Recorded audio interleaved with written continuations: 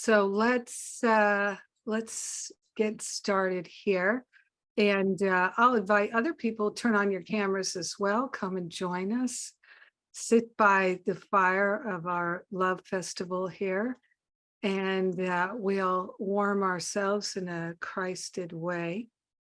And I'm so happy to just be here, be with everyone, and to resonate in the good news that we're already free, that we're already as holy can be, that there's no greater freedom given to us than what has already been given. There's no greater gifts.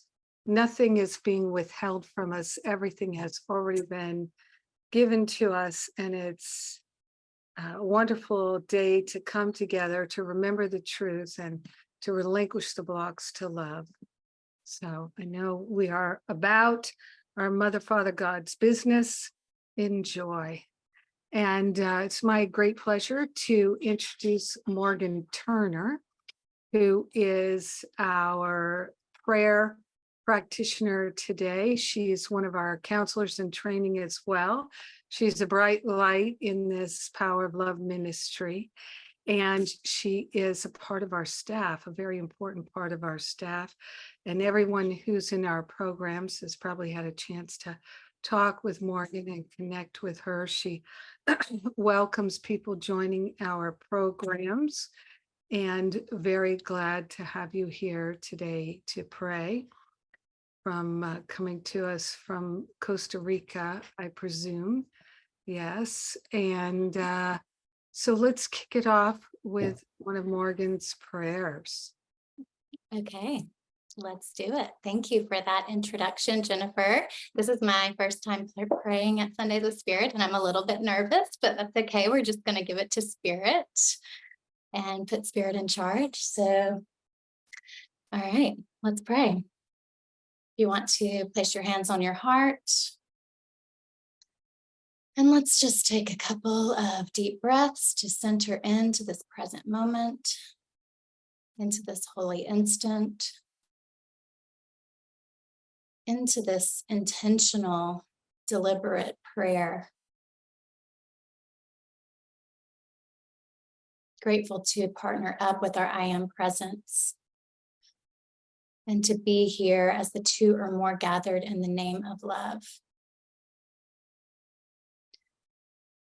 Grateful for Faith, our musician, and for Jennifer, our Power of Love ministry leader and today's speaker. We know that love is flowing in and through them as they share with us today. That creativity is flowing through them, divine creator, and that whatever they have for us today is perfect, is clarifying, is healing, is expanding our consciousness, our awareness of the truth. Grateful that we get to give to this service just as we receive. And so intending to hold each face that appears on the screen with Christ vision, seeing perfection reflected back to us, and just grateful to share this holy instant with each other, with all who will listen later, and with all of life, all of our brothers and sisters across time and space, allowing our healing, allowing this hour, this time together to be powerful. And as we receive that, we share it, claiming it, allowing it, letting it be. And so it is. Amen. Amen, amen, amen. Thank you so much, Morgan. What a beautiful prayer. What a blessing to have you here today. Yes, and Faith, always a blessing to be with you, to have you here today. I'll say Faith Rumer is someone I've known for probably 20 years, at least 20 years. We have been doing things side by side together and been in spiritual community together and shining the light of love together. What a blessing to be able to spend time with Faith in any way, shape, or form. And the person I know as Faith Rumer started playing guitar when she was 10 years old, and she knew from then on she wanted to have a career as a musician. She was really scared to sing, but her guitar teacher insisted that she sing along to the songs she was playing. And she probably ended up playing every single Beatles song ever written. Faith studied music at DePaul University and then started her long career as a professional musician. She's been the music director for Agape International Sunday evening service for 15 years. And she also served as the choir director for Reverend Jesse Broom's Inspire Spiritual Community Choir, the Inspired Voices. As a member of the Agape International Choir, she shared the stage with legends and greats, including Earth, Wind, and Fire, David Foster, and Carl Anderson. And she's had the pleasure to perform for and share the stage with speaking icons Marianne Williamson, Deepak Chopra, and Michael Beckwith. Faith loves singing so much that she began to help others learn to sing, forming her own coaching studio in LA, the Artist First Voice Studio. She's presently on staff at the AMDA Conservatory in LA, and she calls her music artistry. She hopes that the music she plays today inspires and uplifts us. And I also can say that Faith's bio is still sorely lacking. There's still so much more to you, my friend, than all the things that I just named. So if you have any thoughts or questions about your voice, Faith is your person to talk with. She truly is a genius when it comes to the voice. And she's brilliant at many other things, but she's my go-to person. So I'm turning it over to you so you can uplift us with your music. Thank you. I'll fill in everybody in a little bit more about some of the other things I offer at the end of the service. But this is a song that's called That's How Strong My Love Is. And I've changed the words a little bit to That's How Strong God's Love Is.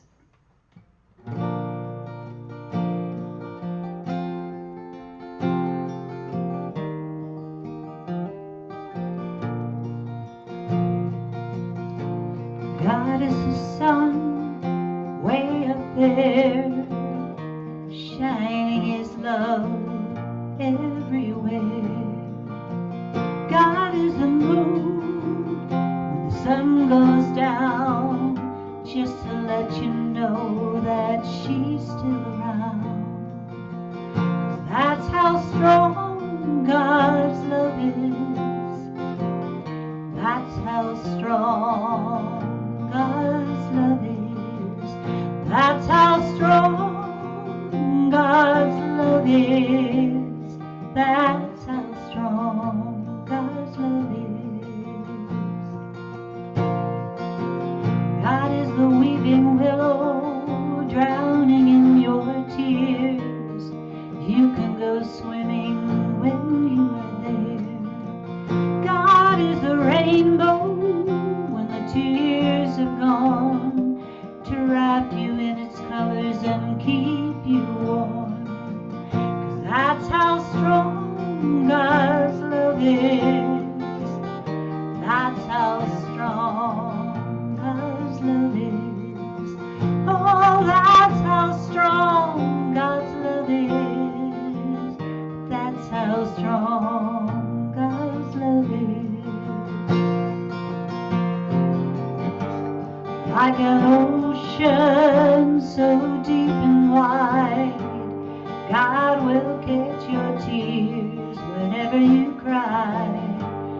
God is the breeze when the storm is gone, to dry your eyes and love you home. 'Cause that's how strong God's love is. That's how strong God's love is. That's how strong God's love is. Oh, that's how strong God's love is. Like that ocean so deep and wide, God will catch your tears whenever you cry. God is the breeze when the storm is gone, to dry your eyes and love you home. That's how strong God's love is.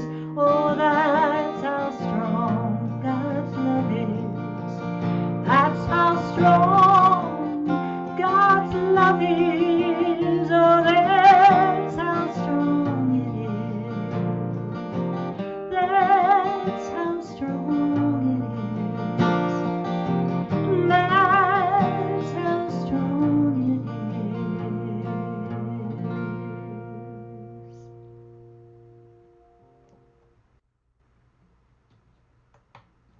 Beautiful, beautiful, beautiful, beautiful. That's Otis Redding, right? Yeah, I think so. Yeah, it always brings me tears when I change the lines and put it to guess how Yeah, strong God is. Yeah. love it. Love it. Love you, love your song, your music, your voice. We're having a healing. Thank you so much. Yeah. Ah, so grateful to join together today.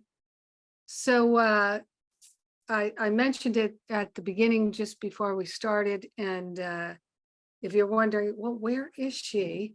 I'm sitting on the floor in the guest room at Lisa Natoli and Bill Free's house. I'm spending the weekend with them. They're so kind and they love it. I bring my dog and my cat, Bodhi and Sattva. And every day Lisa says Bodhi is the best dog in the whole world, probably 5 times a day. So I think it must be true. She is the best dog in the whole world. Not that other dogs aren't also the best dog in the whole world. So there's only one dog, right? It's only one life, one power, one presence, and one dog. Anyway,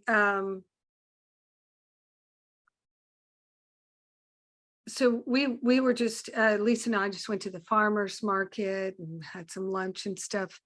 And we were talking about our spiritual practices and where we are in them. And this is always a topic of conversation when I get together with any of my close friends, because we're all spiritual practitioners in some way, shape, or form. So Lisa had recently spent a week with her mom, and I just spent the last week with my dad. Yesterday, he and I drove from the family home on the coast of Maine to Portland, where I dropped him off so he could travel to Rhode Island to see friends there. And then I came here. And it's really, really just a wonderful thing to be able to spend an entire week with your family. I think there were 7 of us, and 2 dogs, cat, and nobody got angry at anybody. Nobody got annoyed with anybody, or there were no harsh words. There were no scary moments. There were no upsets, at least none that I was aware of. And that's just such a gift, and that's a gift that anyone can give themselves and share with their whole family. And I know most of you so well.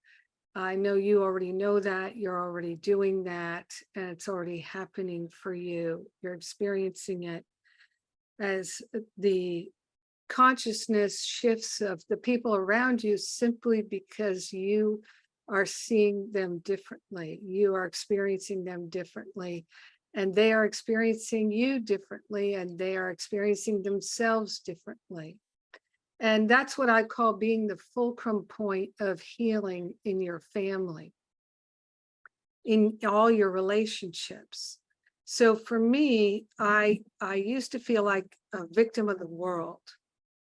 And we see in the world that you can actually be a very famous person, very well known, and have many, many privileges and comforts. And still you can feel like a victim of the world, right? We see that with certain politicians, that no matter what's happening with them, they feel like a victim, and they talk about being a victim. And even, I hope it's okay for me to say this, we were talking about Marianne Williamson and her run for the presidency, which Lisa, Bill, and I have all supported financially. And I appreciate her voice, but I also, like Bill and Lisa, began to feel like, oh, she's talking about being a victim all the time. She's a victim of the Democratic Party. She's a victim of the system and all of that. And it's, no, I don't think that's actually possible. And you know that, my friend. So let's just get quiet for a minute here and see what's real. But you know, when we're with our family and we're with people that we've been in relationship with a long time, you know, since we were children or friends from high school, sometimes it's very easy to fall into the habits and patterns that we used to have, right? Complaining, judging, gossiping, and thinking like a victim. It's easy to fall into that, and things get triggered. And that's not a bad thing. That's a good thing, because it just means there's some residue of something that's ready to be cleared out, right? I always say something's come up for healing. That's the good news. The healing is happening. We're not asleep at the wheel. We're aware. And one of the ways that we're aware, we know we're aware, is that, gonna sneeze here, something's in the air. I got all the windows open. Oh, let me just, I think my lens was a little dirty. When something's come up for healing, that's a benefit. That's exactly what we would like. It's not always fun, right? I say it's all good, but it's not all fun. And that's, it's okay that it's not all fun. Who wants a life where it's all fun? It'd be exhausting, wouldn't it? Laughing and smiling all the time. I'm sure that even the most enlightened person would not want to be laughing and smiling all the time, right? We like a variety of things. Sometimes we like to just be quiet and contemplative, but feel the inner wellspring of joy, the consistent joy that has no conditions. It's just our natural state. So I'm sure it's okay for me to say that Lisa and I were both talking about experiences of minor irritation with our parents in particular. And what I noticed in this last week with my dad was I did get irritated a number of times. And it had nothing to do with situations, circumstances, anything he said or did. It was actually, and I was very aware that it was always this. My dad is 86. He's getting older. He may not be with me the rest of my life. And that the child in me, my father's daughter, has a little fear about that. even though my true self, I'm often in the same, some people might say on one hand, the other hand, right? So you could say on one hand, I noticed certain little irritations that I'm 100% clear were just about recognizing my father is changing. Many times I would say something and he would say, "What?" And, he's wearing hearing aids now. And so then I would say, "The coffee is on the counter," or I might say, "I wonder where I put those scissors." And he'd say, "What?" I'd say, "I wonder where I put the scissors," and I like, do I have to shout everything? How can I find the middle ground? I don't want that tone of shouting in my conversation with my father.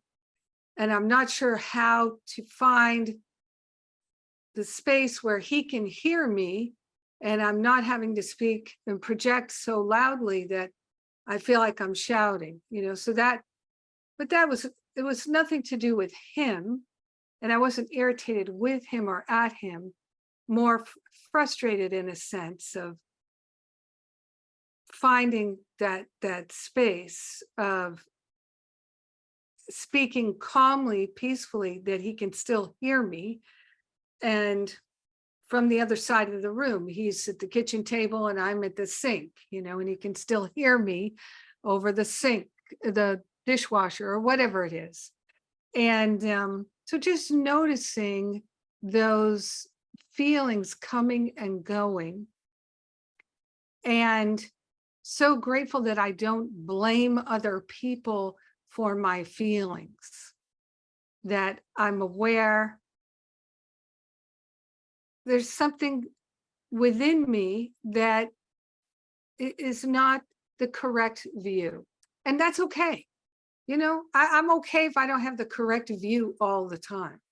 I'm not like, oh, I'm failing as a spiritual student if I don't have if I get irritated or frustrated. I snapped at a lady in the parking lot the other day. We pulled in I pulled into a garden store to get some fertilizer, and I had left my car so that I could just open the back and throw the big bag of fertilizer in there. And the woman next to me, it made it a little harder for her to pull out.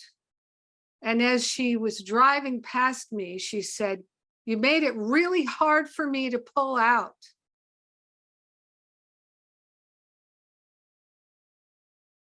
And sometimes when people blame me for their feelings, I feel a little defensive. My old sarcasm comes so fast. And she said, and when I told your father that it was really hard for me to pull out, he went like this. He was in the passenger seat.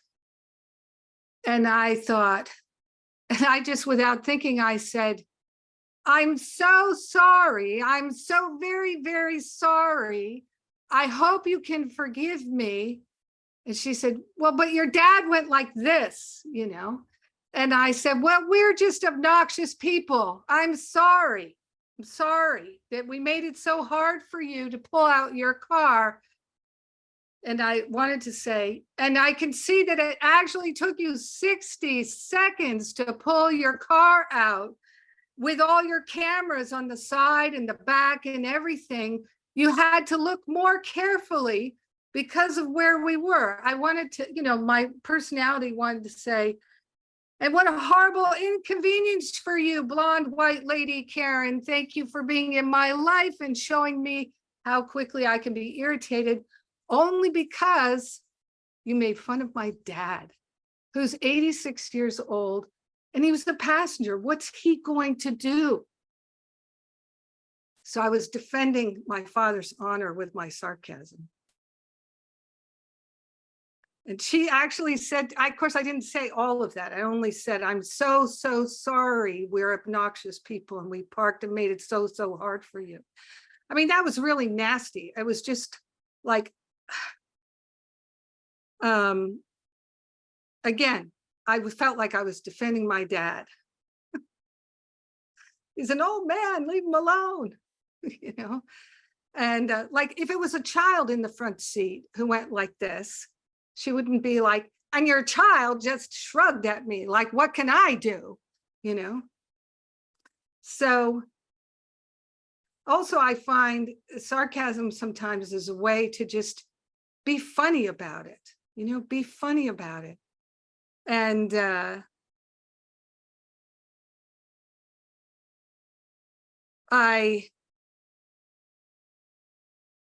course, and then it was over instantaneously, you know, as quick as it began. If I was at my home in Vermont without my dad, it wouldn't have gone that way, right? I wouldn't have felt protective. I wouldn't have felt defensive. I wouldn't have gone to sarcasm. But it's okay to just know that's what happened. And you know what she said to me? She said, I can tell you're a really nice person. And she meant it. She was very sincere. And I was like, whatever at that point, you know, and she was just like, have a nice day. Because she realized that she had gone over, I think she realized she had gone too angry about having it take 60 seconds to pull out instead of 30. So, you know, this is the stuff of life. And we meet people everywhere, in the grocery store, at the gas station, on the subway, everywhere we go, in traffic. And people can be obnoxious, unkind, unthinking, unfeeling. But the only reason they're that way is because they're having a hard time. And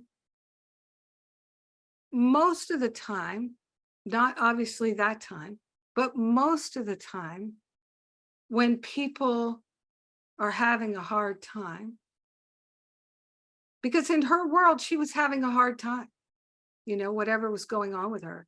And she had to tell me I'd made it even harder for her in her giant SUV. And I want to always be that person. I don't feel badly about it at all. I really don't, because I just don't feel badly about it. I don't feel guilty about it or anything.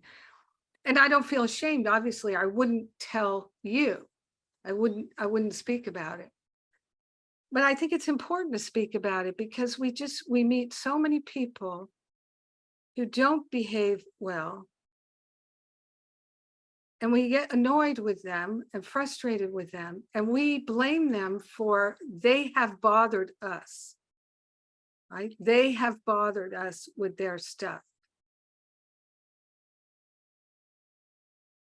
And we live in a world where people will actually make it worse for the least of them, the people in poverty, the people who live in a place where they don't have good trash pickup or good water or good things like that.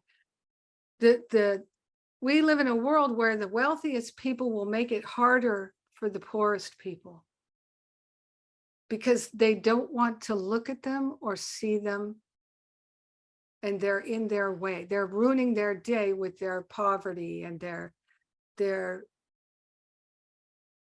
children with no shoes and who are crying because they haven't eaten. You know, we live in a world where those who have so much will go out of their way to make it harder for the people who are experiencing the most difficulty, just so they don't have to see them or look at them or think about them. And if we can walk in the world some of the time, most of the time, when people are having a hard time, to go up to them and just say, can I help you? Or try and anticipate, as Spirit, what can I do to be helpful here? I love asking that question because Spirit will give me clear direction how I can be helpful. I'm not saying I always remember, I always do it. I'm not always present, but I'm present more of the time than I'm not. And so being able to be present to what's really going on here and having the opportunity to walk in the world as a healing balm, a healing balm in a fitful world.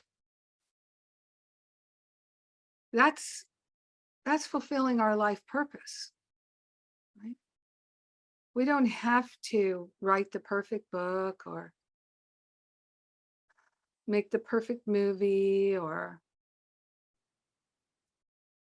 do the perfect tax return or be the perfect dentist or the perfect pie maker or the perfect carpenter or anything like that. But just every day being a little more present to how can I be loving with myself and with others, and really being interested in that. Really being interested in that.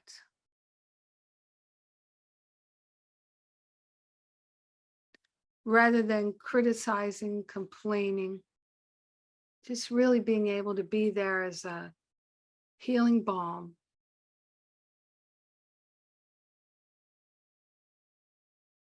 And one of the things I've learned in my family, Lisa and I were talking about this, is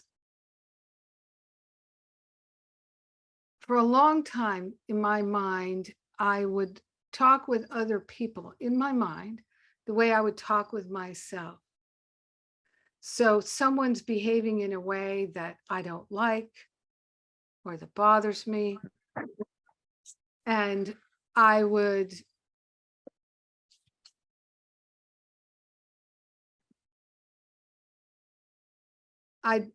think, why do they have to act like that? Why do they have to do that? Why do they have to be like that?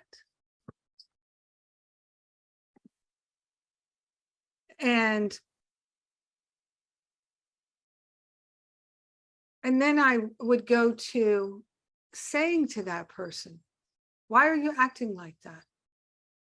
Why do you have to be like that? Why do you have to do that? Which is, it's accusatory.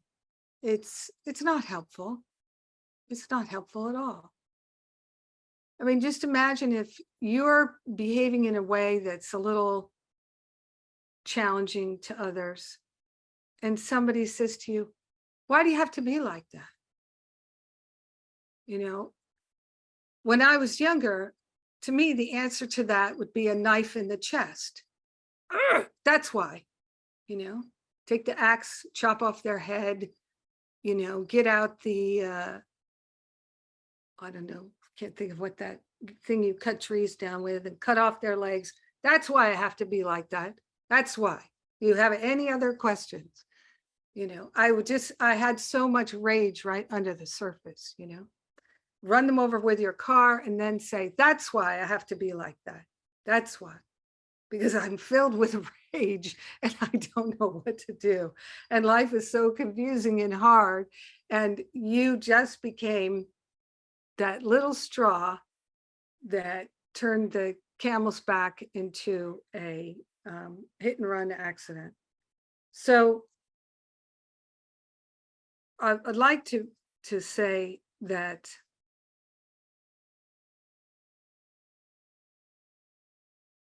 I'm setting the intention to not ask people ever again, why do you have to be like that? Why do you have to act like that? Why did you say that? In an accusatory way. but just always to know, because in some way, shape, or form, they're running on empty. Their resources are gone. They've lost it for a moment. You know, my sarcastic response to that woman was like my way of saying, why do you have to be like that? And her thing to me, like, you've made it really hard for me, was her way of saying, why do you have to be like that? Why do you have to do that?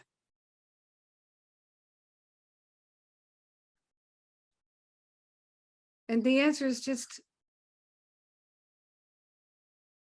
I'm unconscious, I'm confused, I'm distracted, I'm having a hard time. It's whatever it is. It doesn't really matter. What matters is, can we instead, when we feel tempted to ask that question, why do you always have to blah, blah, blah? Why can't you ever just hang up your coat? Why do you leave it for me? Why can't you put the dishes away? Why do you have to leave all the lights on? These kinds of things. Another version of it is it really so hard to, that's another one I have. What's so hard about turning off the lights when you leave the room? What's so hard about putting your dishes in the dishwasher? What's so hard about shutting the door? Things like that. It's all just accusatory. It's all just attack. And if we can instead just take a breath and say, I'd like to be more loving right now. I'd like to be more loving right now. This is my opportunity to increase my capacity to love without conditions. Now, it doesn't mean that if someone is yelling at us, that we say, bring more of that, please. No, it's never that. It's never accepting any kind of abuse. It's just not entering into the fray with attack. When someone is already signaling to you, they feel vulnerable, they feel out of sorts, they feel off balance, they feel confused. When they're signaling that in whatever way, if we can just be like, it's all okay. It's okay. It's not good nor bad. It's just neutral. Let it be neutral for me. I'm practicing neutrality. Because as with anything else, we can really build an incredible capacity for neutrality, because everything is already neutral. And if we have a desire to, we can really live in that neutral zone. We have a habit of being annoyed. That's what I was telling Lisa, that the little grievances, annoyances, frustrations. And she asked me, what kind of frustrations are you talking about? I said, I'm talking about when you're trying to shut the drawer. You just put the lemon squeezer in there and you put a couple other things in there. And now the drawer doesn't want to shut. That's annoying to me.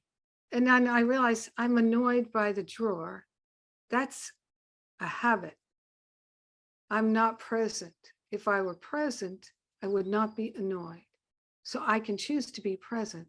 So I checked out, and then I was in a land where I'm a victim of the world. I'm a victim of the drawer and the lemon squeezer, and everything else in the drawer in the kitchen is my enemy. I'm a victim, and this is happening to me. I don't know who I am anymore. I don't know where I am or what I am or why I am. I've lost all touch, and the habit is sparked by the memory of in the past when I couldn't get the drawer to close, I would be annoyed. And that would happen 3 to 5 times a week, even though I was the person in charge of what goes in what drawers and organizing them. So I was doing it to myself. I could rearrange these drawers so that they don't do that ever again. But there must be something I like about being annoyed and frustrated on a regular basis. So I've learned to really to notice it, to look at it, to be present, to feel the disturbance in the field. It's like I was talking with my brother and my sister-in-law a few days ago, and my sister-in-law had this tone of annoyance in her voice when she was speaking, when she was asking a question.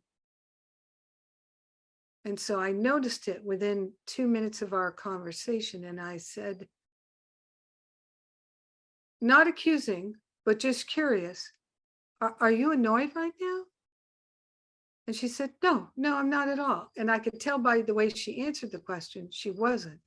And then I knew she was in the habit of, we were having a conversation where she might have opinions that are different than mine and my brother's. So she was letting us know with her tone, I'm prepared to be annoyed with you. I'm prepared to disagree with you. I'm prepared to argue with you. So watch it. When in fact, she was not annoyed. She was not frustrated. She was not irritated at all. She was preemptively preparing for the annoyance. And isn't this the kind of thing we do all the time? I mean, I don't do it so much anymore, but I used to live in that space 100% of the time. You could have waked me up in the middle of the night and I would have been prepared to be annoyed and frustrated and irritated, right? Sleeping in that preemptive annoyance with the nightmares to prove it.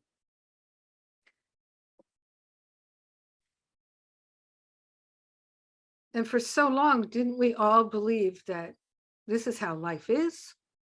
What are you going to do? Because it's happening to us. And as Lisa was saying earlier today, because it's body identification. When you're body identified, life is happening to you always.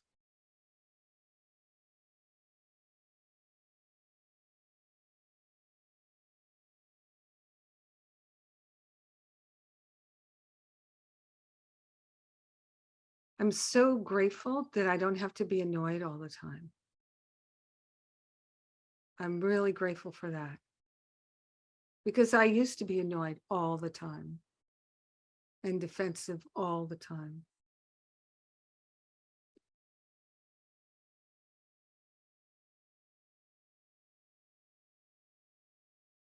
And I'm grateful that I don't need to feel guilty or ashamed if I interpret something in a way that's not helpful. It's just a moment. Healing is still happening. Freedom is still here. It's not far away. This is Bill and I were talking about the holy instant last night. And it's just, that's what Jesus tells us in the Course, that the liberation, the freedom, the healing, the holy instant, it's always 100% available. All we have to do is say, thank you. That's what I would like now. And really mean it, just to really have a true desire to be in the presence now. And that's the thing about ego identification is the ego identified person has no real understanding of peace or joy or freedom. So there's not a sense of aliveness. I did not used to have a sense of aliveness. So instead of a true sense of aliveness, feeling in the flow of love and the whole universe. So instead, I would have bursts of emotion and upset that were a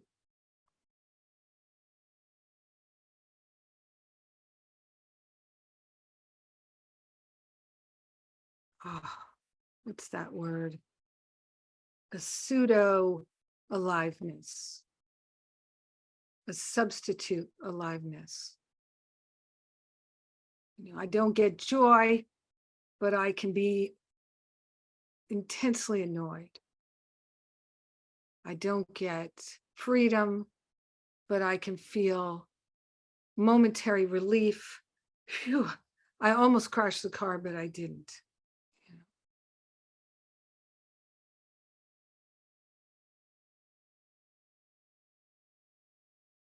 We get to have the fullness of God's love.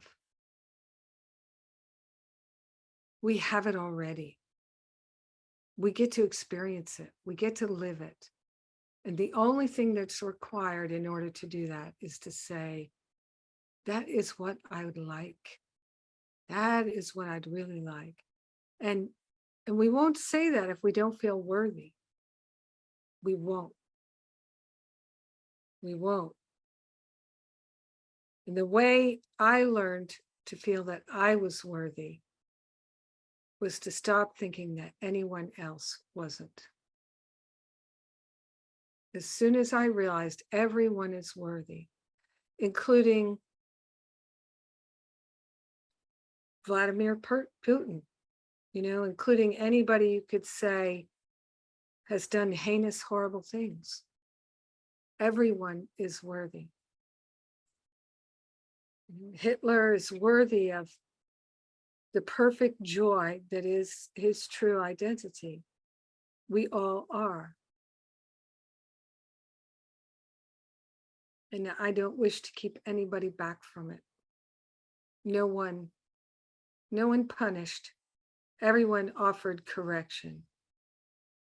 Everyone offered a hand up. Everyone offered another opportunity. That's the world that we, literally we, are bringing out. And we do it through our loving heart. There is no other way. We offer it to ourselves and our loved ones, and that's how the world changes. And it is changing. It is changing. Yes. All right. So that was very meditative. I'm going to invite you to place your hands on your hearts. And let's just be aware.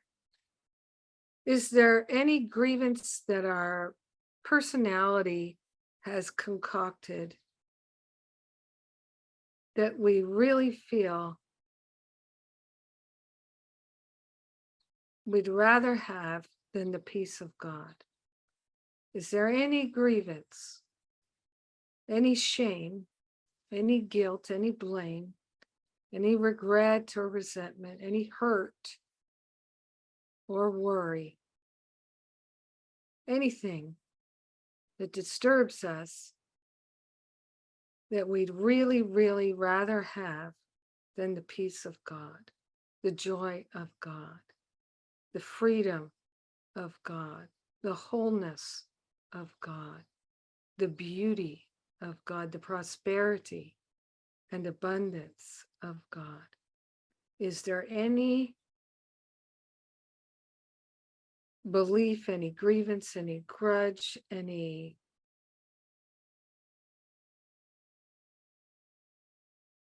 attack thought that's more important to us than fulfilling our function, living our purpose, being the light of the world?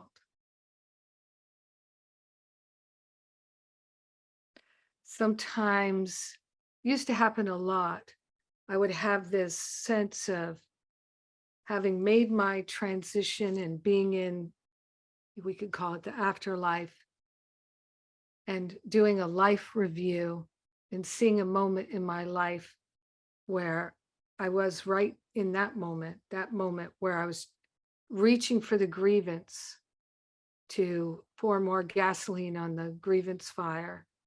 As I'm reaching for the gasoline, my true self saying, in this moment, you chose to increase the grievance when you could have had peace. And then I would feel that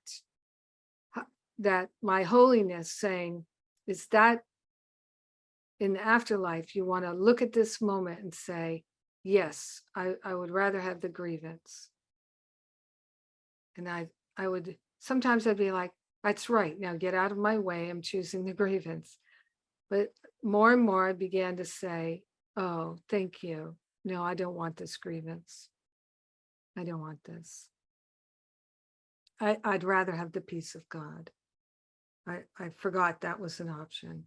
Thank you for reminding me. So my personality and my true self having a conversation.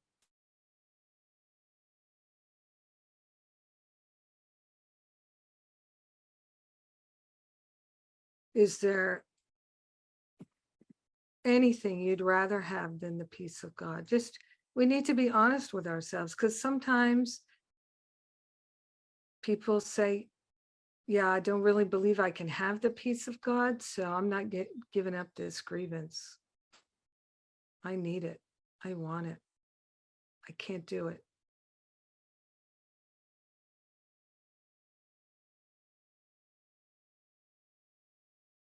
So just always looking at that. Is there any grievance that I really, really, really would rather have than the peace of God, the joy of God, the wholeness of God, the freedom of God, the beauty of God, the love of God?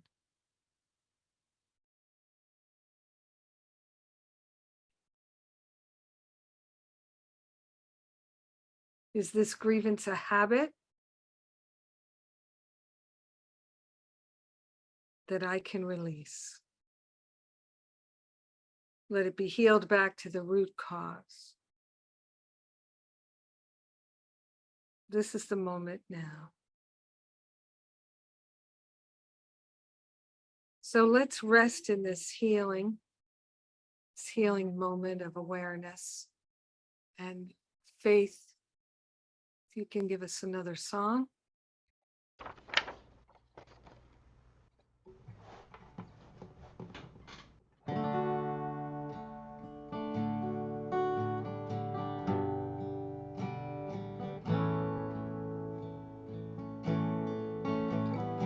I am light, I am light.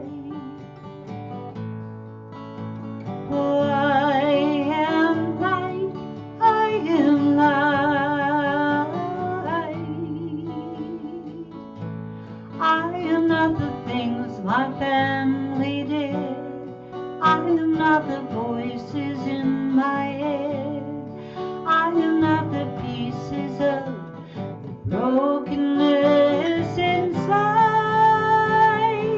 I am light. I am light. Oh, I am light. I am light. I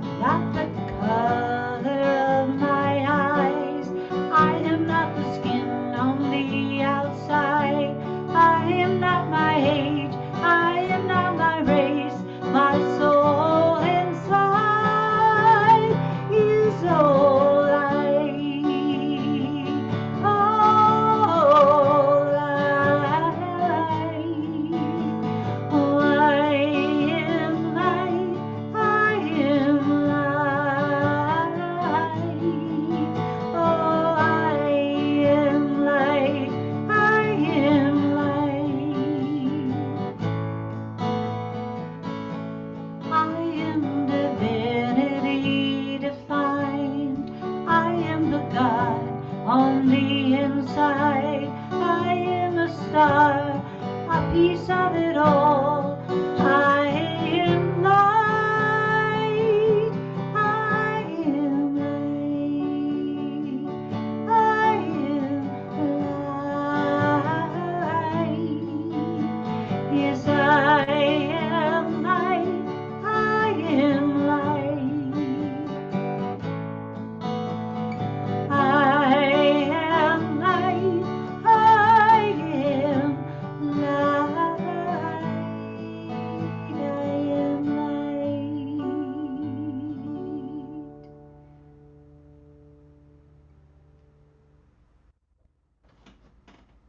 So perfect. So perfect. Thank you very, very much. Oh, thank you, Faith. So grateful. We are going to go into our breakout rooms now. And so our breakouts, if you've never been here before, we get into small groups. It's not a long session, but everybody will get just a couple minutes to share if they'd like to share. You don't have to share. You can just be a great, loving, compassionate listener. That works well too. I always just ask that when you're in the breakout room, if you can please make sure everybody who would like to share gets a chance to share, because sometimes people will take up a bigger chunk of the time and then there's not enough time for others to share. So someone can maybe be the leader in the group and make sure that everybody gets a chance to share. And I would invite you to talk about, is there any grievance that you would trade your peace for? Because sometimes there is, and it's good to just talk about it, just to recognize. And sometimes there is a grievance that we trade our peace for, but only because we don't know how to give up the grievance. So just being able to bring these things to the light, talk in a loving space, share in a loving space, without judgment, without advice, is really deeply nourishing. So that's what I'm inviting you to share in the breakout. And we're going into the breakout. I believe Frankie is our pilot. So you can open those breakout rooms right now.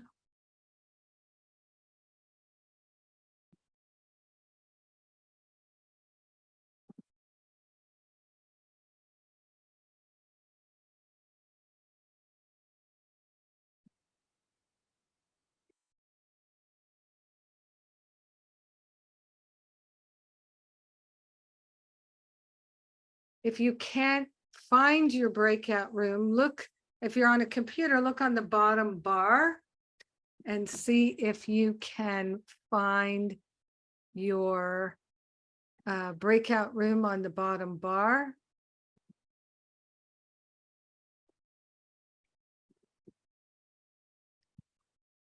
Let's see, I'm just trying to give a little bit of help there.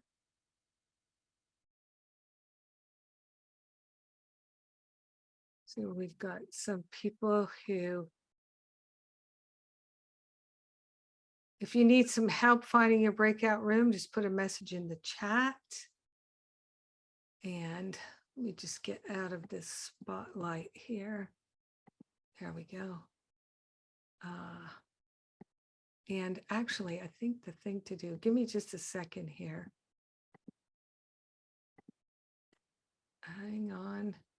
Faith, I'm going to invite you to hang on, just hang on. I'm going to spotlight. You know, Karen J, I haven't seen you in a while. I'd love to hear your share if you'd like to go first. Hello, Jennifer. Yes, we get to say hello. We've been trying to organise a meeting for a long time and it's just crazy trying to organise schedules. So happy to be here.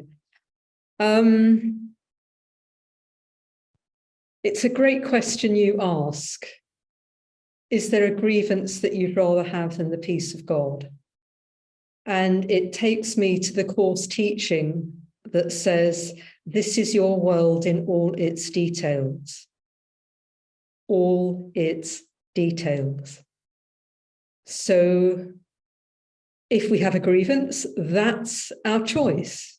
And it's very tempting to think, well, of course I'm upset because they did, or this has happened, or poor me, or whatever. But no, we decide to have a grievance, and then the mind makes up a story to justify the grievance.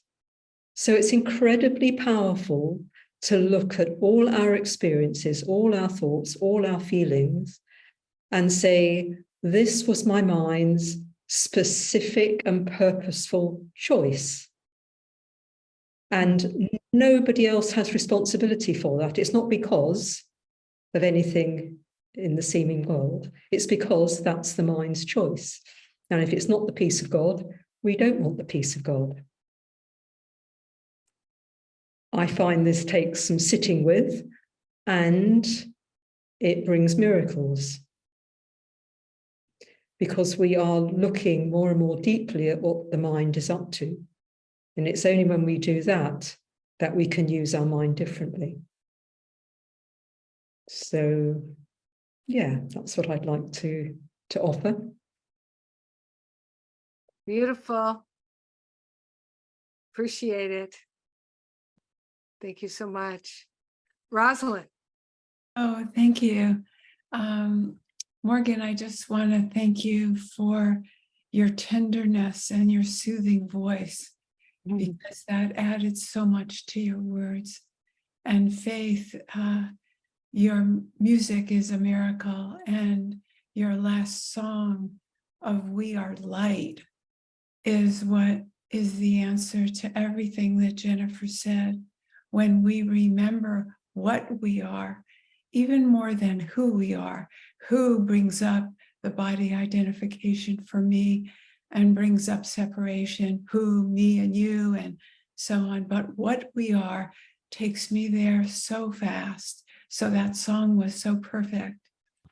And Jennifer, I loved your talk. It was quite inspirational for me, because I could relate to everyone, every single person in your stories.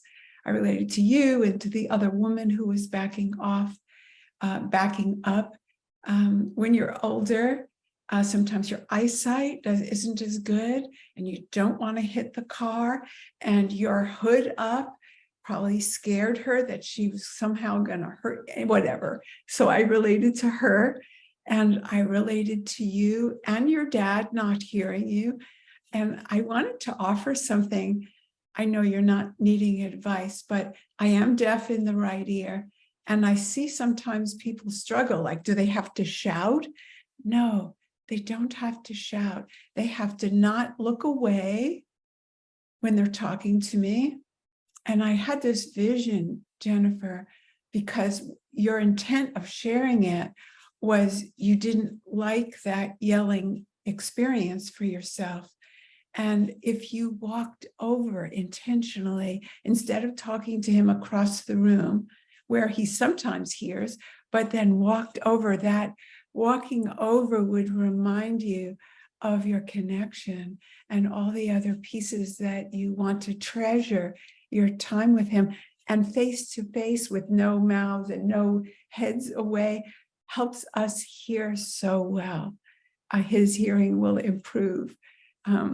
So I don't know if you wanted that, but I couldn't help it. It just happened so many times. We were sitting right next to each other on the sofa or the car. Oh, okay, well then that wouldn't help. I just heard across the room. Yeah. So you didn't need that, but maybe somebody else will.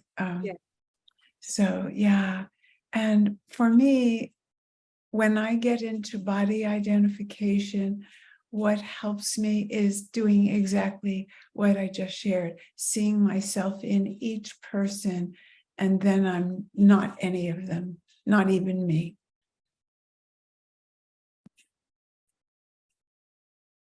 That's it. Okay, beautiful.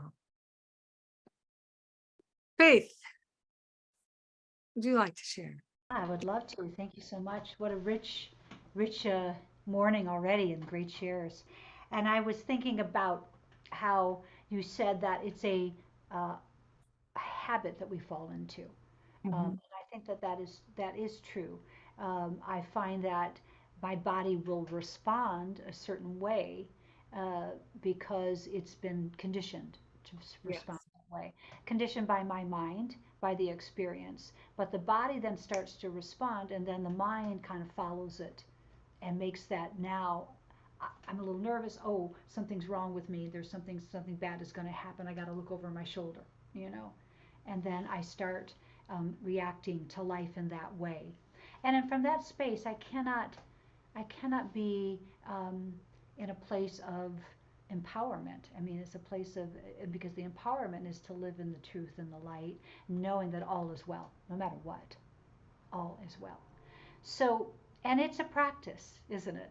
A practice to notice physically what's going on with me, what's going on with me in my mind. Um, and also, the other thing I was thinking about, because politics is such a big thing right now, and it's all up in the air, and everybody's talking about it here in the States because it is such a big deal for us right now. And like I don't watch the news very often, uh, really once in a while, because I know I get triggered by it, and it's just not helpful. I mean, I want to know what's going on, but um, I don't need to be in that energy of negativity. So I have a friend, and he'll want to start to talk about politics, but it's always about like and I know where he's coming from. He's worried and he's concerned, and he's that things are going to happen in the States that's going to cause some problems for a lot of people that we love and care about. And he's wants to start the conversation all the time, like, isn't it horrible what they're doing? Ah, Right? And how often does that's where we go. Isn't it horrible that they're putting that fence up in over there and blocking my view? Isn't it horrible that they're building that high rise in my neighborhood? Isn't it horrible that, right? yeah. That conversation that I'm really watching myself with. Now, it doesn't mean that I have to like it that they're building that high rise in my neighborhood. But it's that sort of idea of, I'm going to now judge it and make it, isn't it horrible, instead of, well, it's happening, right? What can I do right now to make my life better and the people around me better? So I know it's a constant thing with me always. I was at the uh, LA County Museum last night. They have Latin jazz on Saturday nights. It's free. You can go and bring your picnic and your dogs and your families and the kids, and it's just beautiful. Out on the lawn you sit. And there was a guy that who has his own music, that he puts on. And last time I was there, he puts it on in between when they're taking a break and afterwards. And I actually like his music, but my friend was not not happy about it because it was kind of loud. But I was sitting there kind of like, I'm not going to judge this man. I'm just not. He's here to do what he's doing. Um, is it okay for my friend to not like it? Absolutely. But I don't have to climb onto that conversation if I don't feel it's powerful or helpful. Yeah. I found myself a minute there kind of looking at him like he was kind of in his own little world, kind of judging him. And I'm like, why am I going there? Why am I judging this man? He's here having a good time in his own way. It's not up for me to judge how he should be there enjoying this time. Yeah. Yeah. So that's and then I was thinking also like the other little irritations that happen. I don't want to talk too much longer, but um, sometimes Gracie likes to claw my couch. And I kind of go, that thing that happens in our body again, that irritation. And how do I want to respond? It's always that. How do I want to respond? Yeah. Yeah. Yeah. Yeah. Yes. Beautiful. Thank you, Faith. Morgan. Hi, thank you, everybody. I feel like I'm hanging out with the big kids. Yeah, so your question during your talk, Jennifer, are there any grievances that I'm preferring more than the peace of God. And in that moment, with this vibration being what it is, and with my current state of awareness, it was an absolute resounding, like, absolutely not. But that's not where I always am. And sometimes when the ego is triggered, the personality is triggered, and I can't seem to access that higher vibration, I can definitely get stuck in not being able to give up the grievance. Like, I can even play the true thoughts in my head. They're coming in, but I'm just not in a receptive mode for them. And so there have been times that I have preferred the grievance over the peace of God. But I also know that I don't have to stay stuck there. So that's a nice knowing. And your story about your father made me think about when my father-in-law, towards the end of his life, he wasn't able to communicate. He didn't have his voice anymore, but he didn't want to get one of those voice box things for his throat, So, but he was a social person and he liked to talk. And so he would still try to talk with us. And I would get annoyed. And your reference to it being a habit or a memory, I'm realizing, I think my memory was like this story, like, oh, poor him. He can't communicate anymore. He's a social person. He likes to talk to people. And so I was just going to just add more to his disappointment by not being able to understand what he was saying. So I had this whole like story that in that instant would get triggered, and I would get annoyed with him because I wasn't going to understand what he was saying. And yeah, I wish I could have just been present in those moments and fully loving and accepting of whatever was showing up without having to judge it. I think that's all. Thank you, Morgan. Thank you so much. So everybody's going to be back here in 1 minute. I'm so happy to be with all of you. So happy to see you, Rosalind and Karen J. Haven't seen you both in a while. And Karen J, do you have any final thoughts for us as we're coming back from the break here? Oh, I'm really glad you've asked me. Yes, I want to talk about faith. I want to talk about faith's voice. And I often say how beautiful it is. And music doesn't move me, but faith does. And today, the particular thing was I could feel the quality of your voice is because of the holy purpose that you put it to. And that just washed over me and struck me so deeply and so inspired me. It's beautiful to listen to. And it's left me with, yes, let that be happening here, not through singing, but through this instrument of Kieran J. Let something of what I see there be happening here, please, is my prayer. So I'm very happy to share that. Beautiful. Thank you, Karen J. All right. So welcome back, everybody, from the breakout. How was the breakout? Was it good? Was it helpful? Yeah. I love to hear the results from the breakout. So if you put something in the chat, let us know how it was for you. Did you have any insights, breakthroughs, breakdowns, something you'd like us to hold in prayer? Please do share in the chat. We'd love to hear it, see it, read it, know it, feel it. All right. One of the things that I thought of when I was listening to the shares from the different folks in our breakout is there was a show I saw on Netflix, and I can't remember what it was called.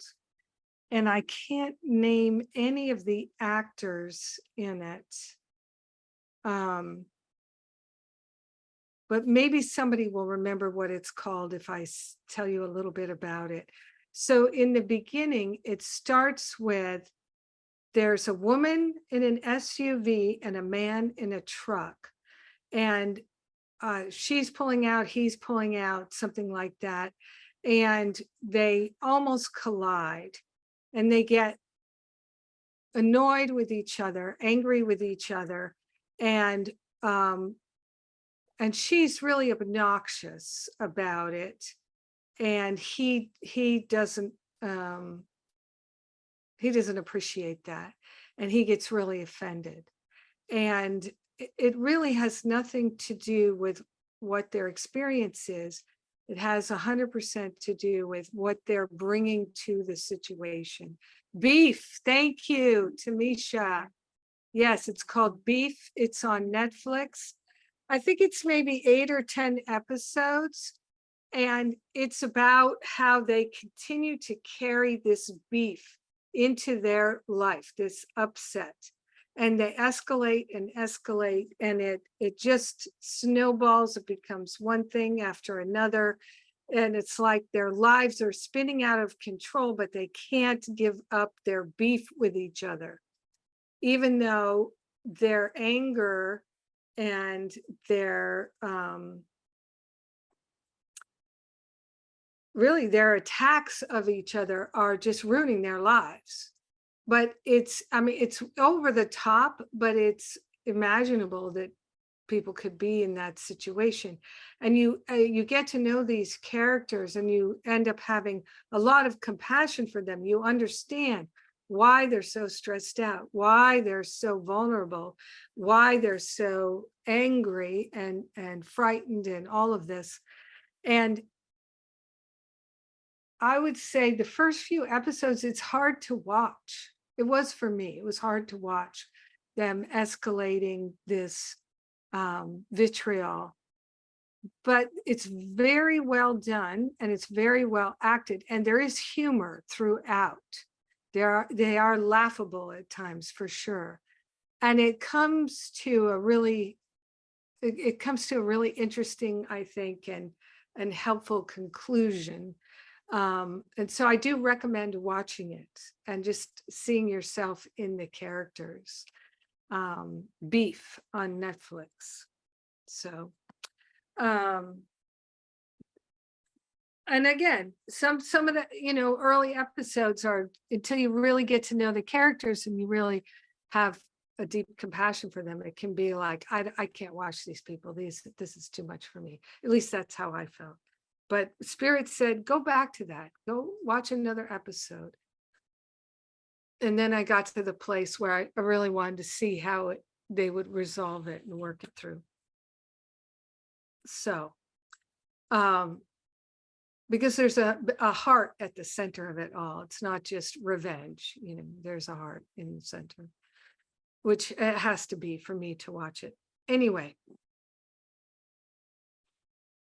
So let's make some quick announcements, have another song from Faith and a prayer from Morgan, and then we'll be on our way.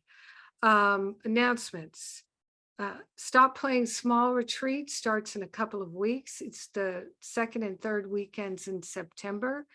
And it is a powerful way to get some of these habits out of your mind, out of your consciousness, and really clear them away and be done with them. So it's an opportunity to really have a breakthrough, go deep.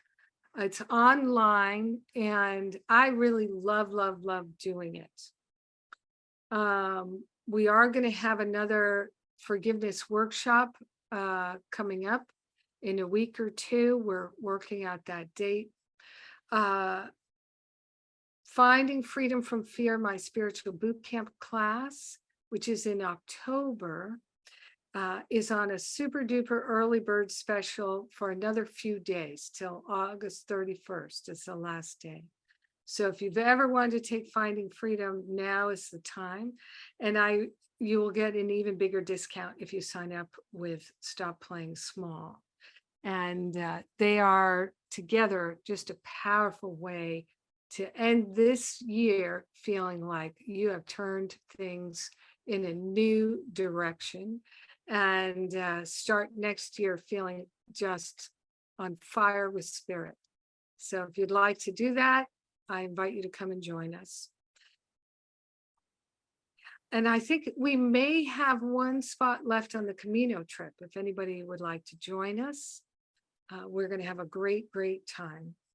And I'm really looking forward to it. Bill and Lisa have done it twice. That's why I went with the person who took them. They loved it so much, they did it twice. Lisa said to me it was the best trip she ever did in her whole life. And I'm really looking forward to just having time with friends and being together, and all the wonderful food we're going to eat, and just having a joyous time together. So that's me. Faith, do you have any announcements you'd like to make? Sure, I put my information in the chat if anyone wants to get in contact with me.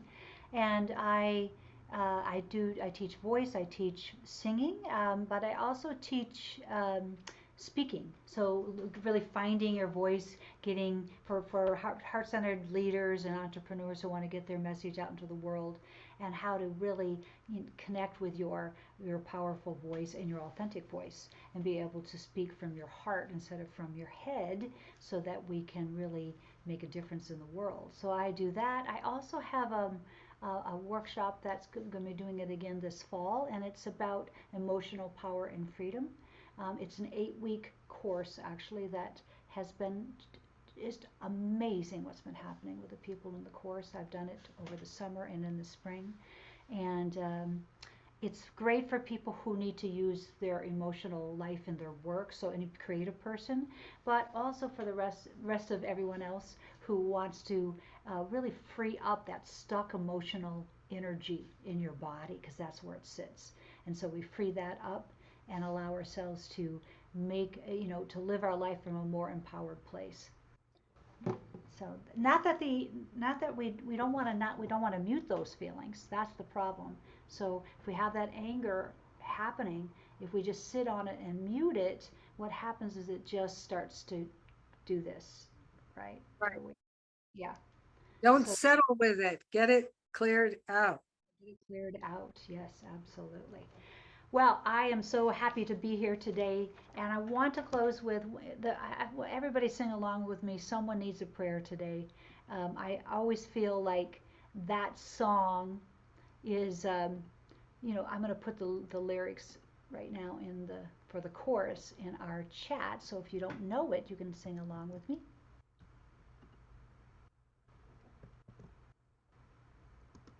There we go. And I'm going to also say that was put in the chat about making a donation to the service, so that we can have wonderful musicians and wonderful speakers come in and share their message. If you want to support what you've heard today, that's how you can do it right there. It's in our chat. Okay, here we go.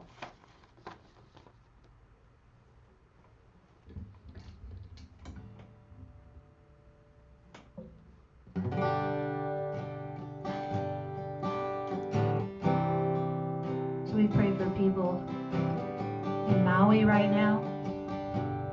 One of my favorite places. First, anyone in your world, your family, your neighborhood, all of the politicians in our life that are out there creating a space where we can actually live in our society. So we hold them in prayer. We hold ourselves in prayer. We hold this ministry in prayer. Someone's in need of a prayer today. Have you done your part? Someone's in despair this day. Have you prayed from your heart? So many are trying to find their way. They need the light, you know, and our prayer of love lifts them high. It heals them, sustains them, and it sets them free. Our prayer of love lifts them high. It heals them, sustains them, and it sets us free.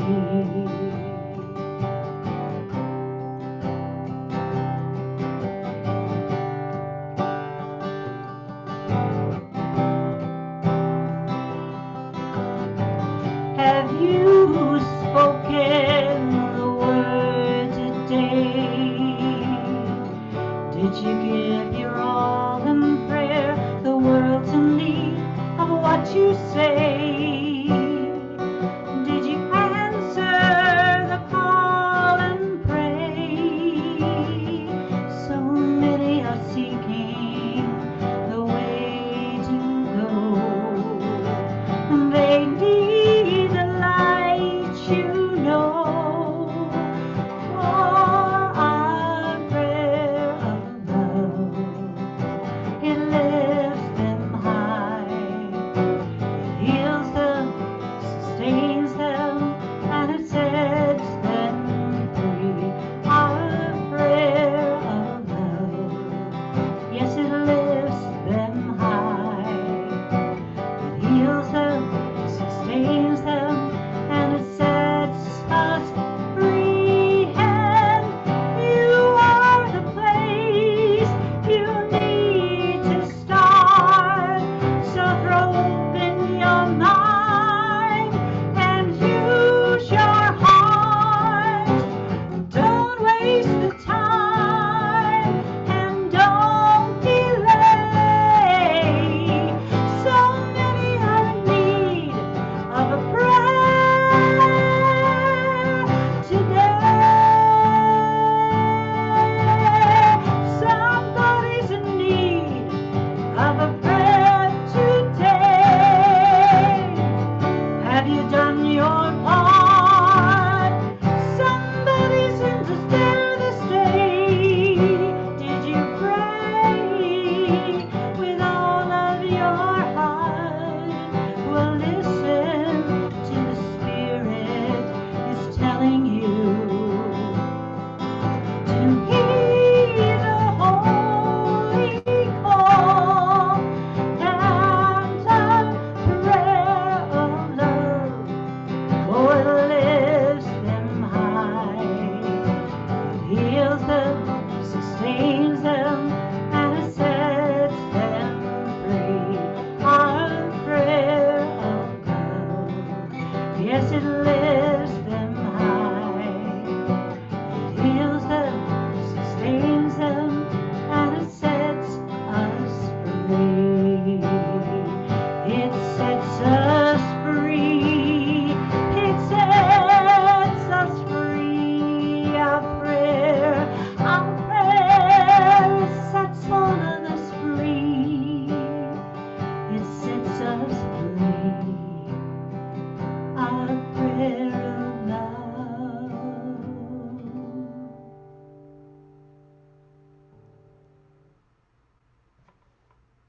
Thank you so much. I love that song. Thank you.